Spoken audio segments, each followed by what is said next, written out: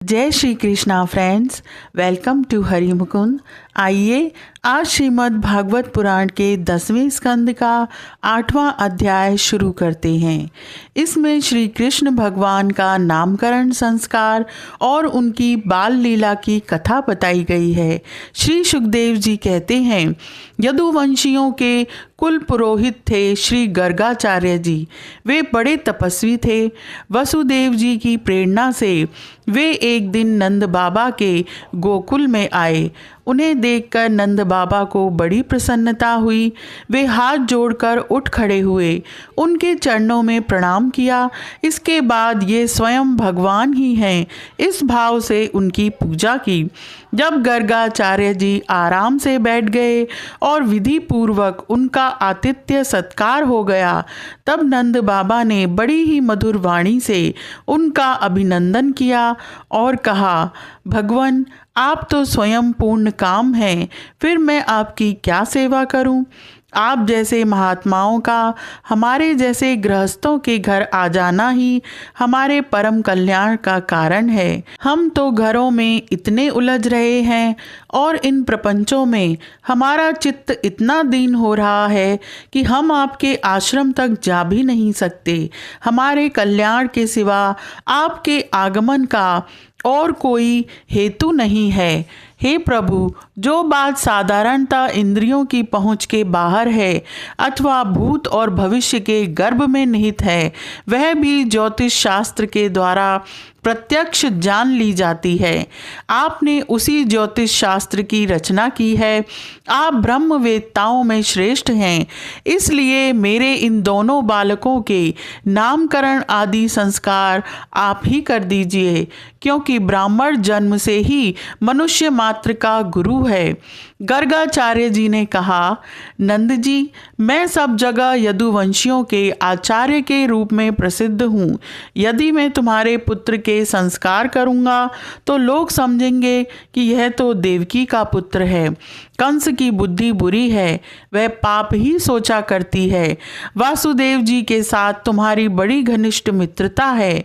जब से देवकी की कन्या से उसने यह बात सुनी है कि उसको मारने वाला और कहीं पैदा हो गया है, तब से वह यही सोचा करता है कि देवकी के 8वें गर्भ से कन्या का जन्म नहीं होना चाहिए।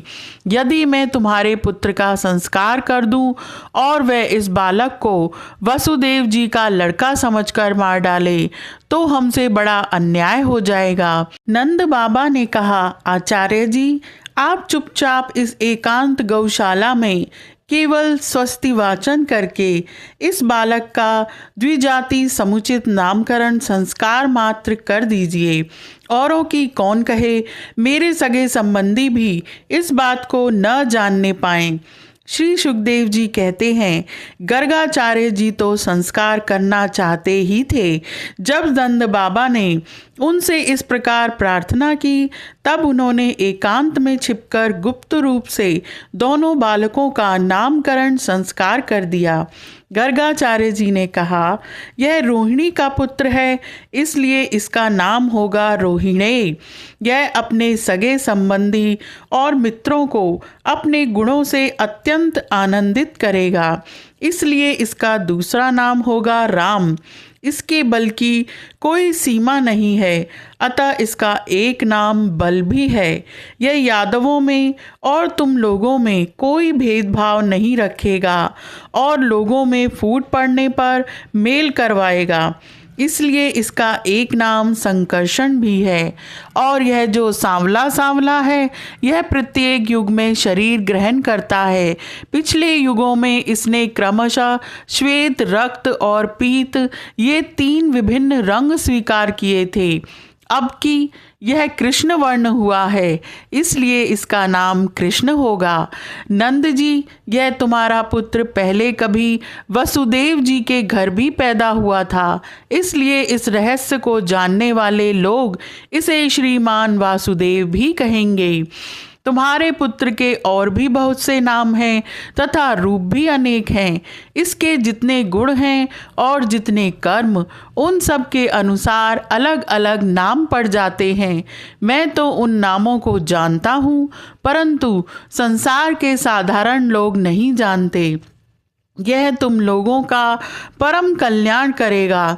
समस्त गोप और गौओं को यह बहुत ही आनंदित करेगा। इसकी सहायता से तुम लोग बड़ी बड़ी विपत्तियों को बड़ी सुगमता से पार कर लोगे। व्रजराज, पहले युग की बात है, एक बार पृथ्वी में कोई राजा नहीं रह गया था। डाकुओं ने चारों ओर लूट खसोट मचा रखी थी। तब तुम्हारे इसी पुत्र ने सज्जन पुरुषों की रक्षा की और इससे बल पाकर उन लोगों ने लुटेरों पर विजय प्राप्त की। जो मनुष्य तुम्हारे इस सांवले सलोने शिशु से प्रेम करते हैं वे बड़े भाग्यवान हैं।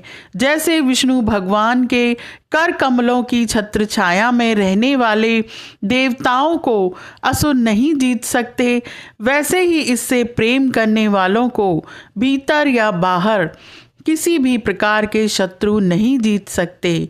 नंद जी, चाहे जिस दृष्टि से देखें, गुण में, संपत्ति और सौंदर्य में, कीर्ति और प्रभाव में तुम्हारा यह बालक साक्षात भगवान नारायण के समान है। तुम बड़ी सावधानी और तत्परता से इसकी रक्षा करो। इस प्रकार नंद बाबा को भली भांति समझाकर आदेश देकर गर्गाचार्य जी अपने आश्रम को लौट गए। उनकी बात सुनकर नंद बाबा को बड़ा ही आनंद हुआ। उन्होंने ऐसा समझा कि मेरी सब आशा लालसाएं पूरी हो गईं, मैं अब कृतकृत्य हूँ। कुछ ही दिनों में राम और श्याम घुटनों और हाथों के बल चल चल कर गोकुल में खेलने लगे। दोनों भाई अपने नन्हे नन्हे पाँव को गोकुल की कीचड़ में घसीटते हुए चलते। उस समय उनके पाँव और कमर के घुंघरू रुंझुन बजने लगते। वह शब्द बड़ा भला मालूम पड़ता। वे दोनों स्वयं वह ध्वनि सुनकर खिल उठते। कभी कभी वे रास्ते चलते किसी अज्ञात व्यक्ति के पीछे हो लेते। फिर जब देखते कि यह तो कोई दूसरा है, तब झक से रह जाते और डर कर अपनी माताओं रोहिणी जी और यशोदा जी के पास लौट आते। माताएं यह सब देख देख कर स्नेह से भर जाती।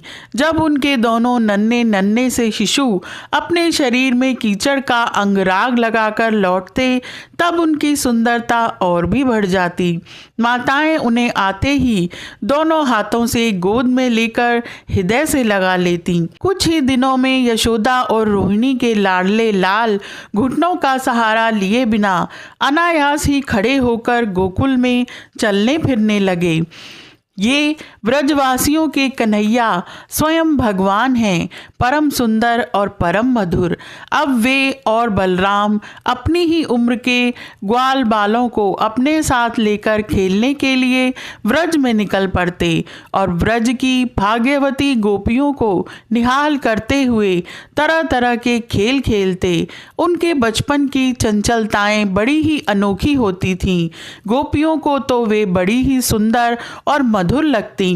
एक दिन सब की सब इकट्ठी होकर नंद बाबा के घर आईं और यशोदा माता को सुना सुनाकर कन्हैया की करतूत कहने लगीं।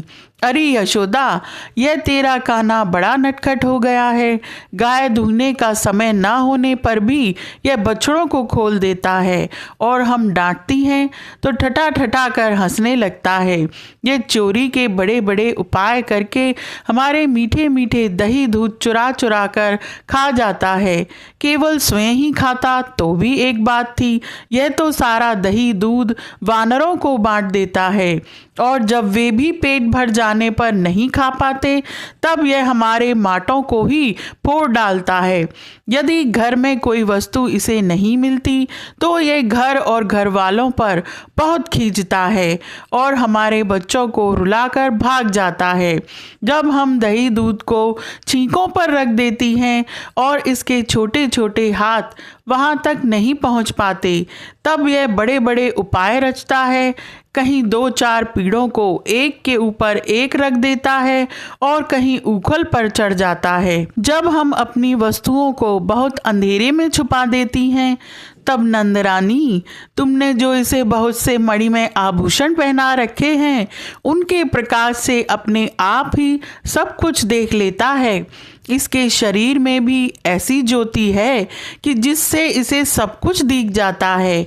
यह इतना चालाक है कि कब कौन कहाँ रहता है इसका पता रखता है, और जब हम सब घर के काम धंधों में उलझी रहती हैं, तब यह अपना काम बना लेता है। ऐसा करके भी ढिठाई की बातें करता है, उल्टे हमें ही चोर बनाता और अपने घर का मालिक बन जाता है। तनिक देखो तो इसकी ओर, वहाँ तो चोरी के अनेकों उपाय करके काम बनाता है, और यहाँ मालूम हो रहा है मानो पत्थर की मूर्ति खड़ी हो। वाह रे भोले भाले साधु, इस प्रकार गोपियाँ कहती जाती और श्री कृष्ण के भीत चकित नेत्रों से युक्त मुख कमल को देखती जाती। उनकी यह दशा देखकर नंदरानी यशोदा जी उनके मन का भाव ताड़ लेती और उनके हृदय में स्नेह और आनंद की बाढ़ आ जाती। वे इस प्रकार हंसने लगती कि अपने लाडले कन्हैया को इस बात का उलाहना भी न दे पाती, डांटने की बात तक नहीं सोच पाती। एक दिन बलराम आदि ग्वाल बाल श्री कृष्ण के साथ खेल रहे थे। उन लोगों ने माँ यशोदा के पास आकर कहा, माँ, कन्हैया ने मिट्टी खाई है। हितैषिणी यशोदा ने श्री कृष्ण का हाथ पकड़ लिया। उस समय श्री कृष्ण की आंखें डर के मारे नाच रही थीं। यशोदा मैया ने डांटकर कहा, क्यों रे नटखट, तू बहुत ढीठ हो गया है? तूने अकेले में छुपकर मिट्टी क्यों खाई? देख तो तेरे दल के तेरे सखा क्या कह रहे हैं। तेरे बड़े भैया बलदाऊ भी तो उन्हीं की ओर से गवाही दे रहे हैं। भगवान श्री कृष्ण ने कहा, माँ, मैंने मिट्टी नहीं खाई, ये सब झूठ बोल रहे हैं। यदि तुम इन्हीं की बात सच मानती हो तो मेरा मुंह तुम्हारे सामने ही है, तुम अपनी आंखों से देख लो। यशोदा जी ने कहा, अच्छी बात है, यदि ऐसा है तो मुंह खोलो। माता के ऐसा कहने पर भगवान श्री कृष्ण ने अपना मुंह खोल दिया। भगवान श्री कृष्ण का ऐश्वर्य अनंत है, वे केवल लीला के लिए ही मनुष्य के बालक बने हुए हैं। यशोदा जी ने देखा कि उनके मुंह में चर अचर संपूर्ण जगत विद्यमान है। आकाश, दिशाएं, पहाड़, द्वीप और समुद्रों के सहित सारी पृथ्वी, बहने वाली वायु, वैद्युत, अग्नि, चंद्रमा और तारों के साथ संपूर्ण ज्योतिर्मंडल, जल, तेज, पवन, वियत, वैकारिक अहंकार के कार्य, देवता, मन, इंद्रिय, पंच तन्मात्राएं और तीनों गुण श्री कृष्ण के मुख में दिख पड़े। जीव, काल, स्वभाव, कर्म, उनकी वासना और शरीर आदि के द्वारा विभिन्न रूपों में दिखने वाला यह सारा विचित्र संसार, संपूर्ण ब्रज और अपने आप को भी यशोदा जी ने श्री कृष्ण के नन्हे से खुले हुए मुख में देखा। वे बड़ी शंका में पड़ गईं। वे सोचने लगीं कि यह कोई स्वप्न है या भगवान की माया। कहीं मेरी बुद्धि में ही तो कोई भ्रम नहीं हो गया है। संभव है मेरे इस बालक में ही कोई जन्मजात योग सिद्धि हो, जो चित्त, मन, कर्म और वाणी के द्वारा ठीक ठीक तथा सुगमता से अनुमान के विषय नहीं होते। यह सारा विश्व जिनके आश्रित है, जो इसके प्रेरक हैं और जिनकी सत्ता से ही इसकी प्रतीति होती है, जिनका स्वरूप सर्वथा अचिंत्य है, उन प्रभु को मैं प्रणाम करती हूँ। यह मैं हूँ और ये मेरे पति तथा यह मेरा लड़का है। साथ ही मैं व्रजराज की समस्त संपत्तियों की स्वामिनी धर्म पत्नी हूँ। ये गोपियाँ, गोप और गोधन मेरे अधीन हैं, जिनकी माया से मुझे इस प्रकार की कुमति घेरे हुए है। वे भगवान ही मेरे एकमात्र आश्रय हैं। मैं उन्हीं की शरण में हूँ। जब इस प्रकार यशोदा माता श्री कृष्ण का तत्व समझ गईं, तब सर्वशक्तिमान सर्वव्यापक प्रभु ने अपने पुत्र स्नेहमयी वैष्णवी योग माया का उनके हृदय में संचार कर दिया। यशोदा जी को तुरंत वह घटना भूल गई। उन्होंने अपने दुलारे लाल को गोद में उठा लिया। जैसे पहले उनके हृदय में प्रेम का समुद्र उमड़ता रहता था, वैसे ही फिर उमड़ने लगा। सारे वेद, उपनिषद, सांख्य, योग और भक्तजन जिनके महात्म्य का गीत गाते गाते अघाते नहीं, उन्हीं भगवान को यशोदा जी अपना पुत्र मानती थीं। राजा परीक्षित ने पूछा, भगवान, नंद बाबा ने ऐसा कौन सा बहुत बड़ा मंगलमय साधन किया था और परम भाग्यवती यशोदा जी ने भी ऐसी कौन सी तपस्या की थी? भगवान श्री कृष्ण की वे बाल लीलाएं जो वे अपने ऐश्वर्य और महत्ता आदि को छिपाकर ग्वाल बालों में करते हैं, इतनी पवित्र हैं कि उनका श्रवण कीर्तन करने वाले लोगों के भी सारे पाप ताप शांत हो जाते हैं। त्रिकालदर्शी ज्ञानी पुरुष आज भी उनका गान करते रहते हैं। वे ही लीलाएं उनके जन्मदाता माता पिता देवकी वसुदेव जी को तो देखने तक को न मिली और नंद यशोदा उनका अपार सुख लूट रहे हैं। इसका क्या कारण है? श्री सुखदेव जी ने कहा, नंद बाबा पूर्व जन्म में एक श्रेष्ठ वसु थे। उनका नाम था द्रोण और उनकी पत्नी का नाम था धरा। उन्होंने ब्रह्मा जी के आदेशों का पालन करने की इच्छा से उनसे कहा, भगवान, जब हम पृथ्वी पर जन्म लें तब जगदीश्वर भगवान श्री कृष्ण में हमारी अनन्य प्रेममयी भक्ति हो, जिस भक्ति के द्वारा संसार में लोग अनायास ही दुर्गतियों को पार कर जाते हैं। ब्रह्मा जी ने कहा, ऐसा ही होगा। वे ही परम यशस्वी भगवन में द्रोण व्रज में पैदा हुए और उनका नाम हुआ नंद, और वे ही धरा इस जन्म में यशोदा के नाम से उनकी पत्नी हुई। अब इस जन्म में जन्म मृत्यु के चक्र से छुड़ाने वाले भगवान उनके पुत्र हुए और समस्त गोप गोपियों की अपेक्षा इन पति पत्नी नंद और यशोदा जी का उनके प्रति अनन्य प्रेम हुआ। ब्रह्मा जी की बात सत्य करने के लिए भगवान श्री कृष्ण बलराम जी के साथ व्रज में रहकर समस्त ब्रजवासियों को अपनी बाल लीला से आनंदित करने लगे। यह अध्याय यहीं समाप्त होता है। आज के लिए इतना ही। Please like, share and subscribe my channel. Thank you.